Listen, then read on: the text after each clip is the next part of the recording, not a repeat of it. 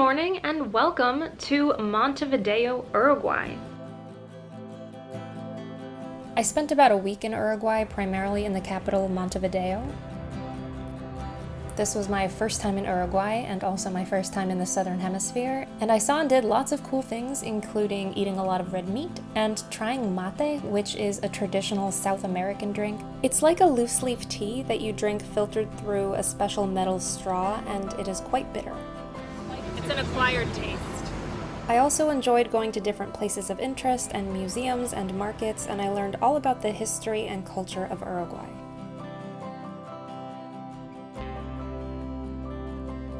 But in this video, I wanted to highlight 3 in particular that felt unusual enough that it might be of interest to you all.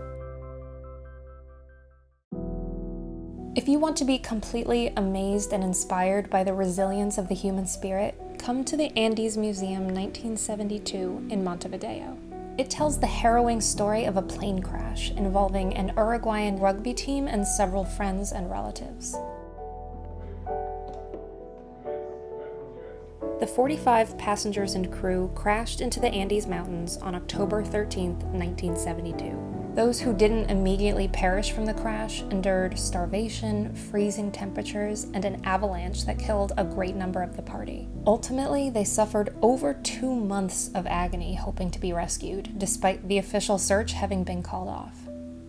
Taking matters into their own hands, 2 members of the weakened group hiked over 20 miles over the course of 10 days to find help. In the end, 16 people survived the ordeal. It is an absolutely incredible story that will stick with you for a long time after leaving the museum. For those of you interested in history, I'd recommend a visit to UNESCO World Heritage Site Colonia del Sacramento, which was founded by the Portuguese in 1680. It was at a strategically advantageous location at the north shore of Rio de la Plata and facing Buenos Aires, and it changed hands several times between the Portuguese and the Spanish throughout its history. And as you walk around, you'll see a number of original buildings still standing, and you can just imagine what life would have been like in the colonial period. Casa de los Gobernadores. Different small museums teach about various aspects of the town's history and culture, and it made for a nice day trip. One of my favorite things we did on the trip was go to Punta del Este, which is a very popular seaside town in southeastern Uruguay. Specifically, we went there to swim with sea lions. He's big. That one. My first big shock was seeing the size of these fur seals, which are not what we swam with, but for a brief period of time I thought it was going to be what we were going to be swimming with, and I was terrified. We set out on a boat to head to an island where the sea lions live and congregate, Isla de Lobos. I have shaky hands to begin with, and this was also on a boat, so I apologize for the cinematography of this section. Our guide told us that this is the engine of a Spanish ship that sank in the 1890s. Here you have two kinds of species. One is the sea lion, and the other one is the sea wolf. The difference when you see them is that the sea lion, the face is like a square, and the wolf is very thin. That there in the beach are sea lions, and here that one are sea wolves. I know he explained it, but the differences between the sea wolves and the sea lions eludes me to this day, and I don't really know what we're talking about, because based on what he said, we went swimming with sea wolves, but everything online says that we swam with sea lions, so if you have any insight into this, please share. The first thing that you notice is the smell. It smells sort of like when you go to the zoo and you smell that animal excrement. We're gonna go and swim with them, which I had no illusions of it being sanitary, but like that smell is still kind of surprising. And then knowing we're gonna get in the water where that's based in like 64 degrees Fahrenheit, it'll be interesting for sure. Also, it's so weird to actually hear them calling out. It sounds almost like monkeys to me.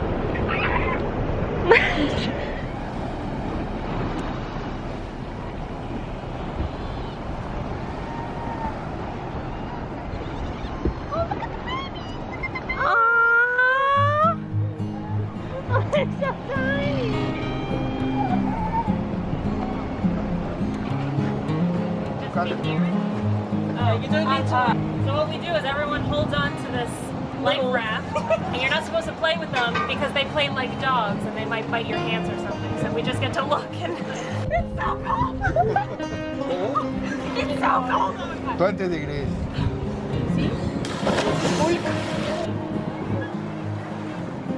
They instantly began doing fun tricks, and it seemed like they needed to warm up to us a bit before they'd get closer. The first thing I will say is that I found myself talking to them like they were cute dogs. The fact that they were wild sea lions and I'd never been this close before went out the window. I was overly familiar. They were so insanely cute with their big eyes, and I was talking to them like, "Hi, little guy," which I guess is how I talk to dogs. I feel like there are these weird moments in life where maybe you find yourself maintaining eye contact with an animal, whether it's your pet or a wild one like this, and you just sort of stare at each other like you're really seeing each other. It's a bizarre sensation, maybe others have felt it. Thoughts will rush into my head regarding like the meaning of life, whether it's possible to really communicate with animals, wondering did we form a connection, etc., etc. You sort of become one with the universe, and that is just what happened here. We were looking at them, and they were looking at us, like we were trying to understand each other, and nothing else mattered in that moment. And then we were but ships passing in the night, never to see each other again.